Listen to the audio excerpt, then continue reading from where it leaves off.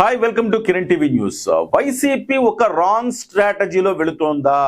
అవునన్నట్టుగానే ఇప్పుడున్న జరుగుతున్న పరిణామాలు కనపడుతున్నాయి. వైసీపీ ఇప్పుడు జనంలో ఎట్లయిపోయిందంటే ఆడవాళ్ల పట్ల కనీస గౌరవం లేదు, ఆడవాళ్ళంటే చులకన భావం, బూతులు మాట్లాడతారు. సో వాళ్ళకి ఒక పద్ధతిగా ఉండడం అనేది రాదు, క్రమశిక్షణ లేదు అన్న మాటలు సమాజంలో వైసీపీకి బాగా సరిపోతా ఉన్నాయి.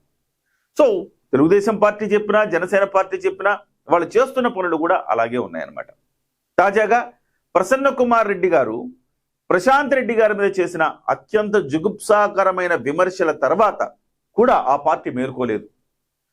వాస్తవానికి ఆయన చేసిన విమర్శల తర్వాత పార్టీ ఎంత కామ్గా ఉంటే అంత మంచిగా ఉండేది.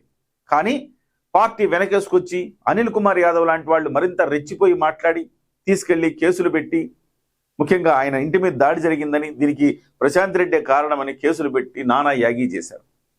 దీనికి జగన్మోహన్ రెడ్డి గారు కూడా వత్తాసు పలికారు. ఆయన కనీసం కామ్గా ఉంటేనా మంచిగుండే, కానీ ఆయన కూడా దీనికి వత్తాసు పలికారు. దీంతో ఏం జరుగుతోంది వైసీపీలో అంటే మహిళలను కించపరచడం పెద్ద ఘనకార్యమని వైసీపీ భావిస్తోందా అన్న మాటలు వినపడుతున్నాయి. గతంలో కూడా అనేక సందర్భాల్లో స్వయంగా ఈ ప్రసన్న కుమార్ రెడ్డి ప్రశాంత్ రెడ్డి గారిని విమర్శించి ఎన్నికల్లో ఓటమి చెందాడు. పవన్ కళ్యాణ్ గారిని వ్యక్తిగతమైన విమర్శలు చేసిన దరిమిలా దాని ఫలితమే ఇవాళ 11 సీట్లు వచ్చినాయి. ఎక్కడైనా చూడండి, మహిళలను కించపరిచిన నేతలు, ఒక వల్లభనేని వంశీ కావచ్చు, కొడాలి నాని కావచ్చు, అలాగే మిగతా వాళ్ళు కొంతమంది, అంటే భువనేశ్వరి గారి మీద, నారా చంద్రబాబు నాయుడు గారి మీద కూడా ఇట్లాంటి వ్యక్తిగత విమర్శలు చేసిన వాళ్ళు ఎవ్వరూ కూడా బాగుపడిన దాఖలాలు లేవు. ఇన్ని తెలిసి ఇంత జరుగుతున్నా ఎందుకు జగన్మోహన్ రెడ్డి గారిలో మార్పు లేదు? ఆయన ఏం ఆశిస్తున్నారు? ఈ రకమైన అరాచకమైన పనితీరుతోటి ఏం పొందాలని ఆశిస్తున్నారు? అట్లీస్ట్ గ్రేట్ ఆంధ్ర అయినా చెప్పొచ్చు కదా అని నాకు అనిపించింది. ఎందుకంటే గ్రేట్ ఆంధ్ర వైసీపీకి చాలా అనుకూలమైన పత్రిక, చాలా ఫేమ్ ఉన్న పత్రిక. సో ఆ వెబ్సైట్ అయినా కనీసం జగన్మోహన్ రెడ్డి గారికి చెప్పొచ్చు కదా అని. ఎందుకంటే ఆ వెబ్సైట్లో రాసిన కథనం కొన్ని అంశాలు, ఇందులో పూర్తిగా కాదు, కొన్ని అంశాలు మీకు చదివి వినిపిస్తాను. రాజకీయ అనుభవం వయసు పెరుగుతున్నప్పుడు అందుకు అనుగుణంగా పెద్దరికంతో మెలగాల్సిన బాధ్యత కూడా ఉంటుంది. ఇతరులకు ఆదర్శంగా నడుచుకోవాల్సింది పోయి ప్రత్యర్థులపై, అందులోనూ మహిళా నాయకురాలపై అవాకులు చవాకులు పేలటం సభ్య సమాజం ఆమోదించదు. స్వయంగా మీ పత్రికే రాసింది. అఫ్ కోర్స్ మీ పాంప్లెట్ రాయదనుకోండి సాక్షి, కానీ మీకు అనుకూలంగా ఉండే ఒక వెబ్సైటు, ప్రముఖ వెబ్సైట్ రాసింది అనమాట ఇది. అయినా రాజకీయాల్లో మహిళల వ్యక్తిగత వ్యవహారాలపై ప్రసన్న కుమార్ రెడ్డి విమర్శలు చేయటం సబబా? ఎన్నికల్లో ఓడిపోయిన తర్వాత కూడా ప్రశాంత్ రెడ్డి పై అవే విమర్శలు చేస్తున్నారు. ఇందులో భాగంగా సోమవారం కూడా ప్రశాంత్ రెడ్డిపై నోరు పారేసుకున్నారు. ఇప్పటికైనా ప్రసన్న గుర్తించాల్సింది ఒకటి ఉంటుంది. మహిళలపై అభ్యంతరకర కామెంట్స్తో రాజకీయంగా తన పార్టీ కూడా నష్టపోతుందని తెలుసుకోవాలి. ప్రసన్న కుమార్ రెడ్డి తెలుసుకుంటే ఏం ప్రయోజనం అయ్యా? స్వయంగా జగన్మోహన్ రెడ్డి గారు కదా తెలుసుకోవాలి. ఇప్పటికే చంద్రబాబు సతీమణి భువనేశ్వరిపై వల్లభనేని వంశీ, అలాగే అసెంబ్లీలో మరొక ఆయన ఏదో మాట్లాడబోయి భారీ మూల్యం చెల్లించుకున్నారు.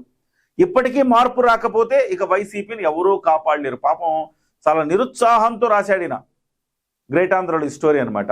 అంటే ఇంకా జగన్మోహన్ రెడ్డికి చెప్పే దమ్ము ధైర్యం ఈయన కూడా లేక, ఈ రకంగా మీరు చేస్తే పార్టీకి నష్టం కదని జగన్మోహన్ రెడ్డి ఏం చేస్తున్నాడు? ఆయన కూడా పార్టీకి నష్టమే చేస్తున్నాడు కదా. రప్ప నరకాలి, నరికితే తప్పేముందని జగన్మోహన్ రెడ్డి స్వయంగా అంటే అది పార్టీకి నష్టం కాదా? పార్టీ యొక్క యాటిట్యూడ్, పార్టీ యొక్క ఆత్మ ఏంటి? నరకడం, చంపడం, ఆడవాళ్లతో జుగుప్సాకరంగా ప్రవర్తించడం, జుగుప్సాకరంగా మాట్లాడడం.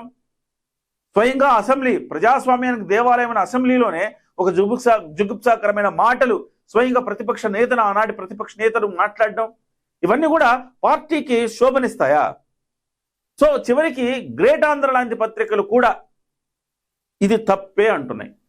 ఈయన వయసు పెరిగింది కానీ బుర్ర పెరగలేదు అని ప్రసన్న కుమార్ రెడ్డిని తిడుతున్నాయి. ఇలా చేస్తే పార్టీకి నష్టం అని చెప్తున్నాయి. స్వయంగా జగన్మోహన్ రెడ్డి గారికి చెప్పలేక ప్రసన్న కుమార్ రెడ్డి పేరుతో రాసే.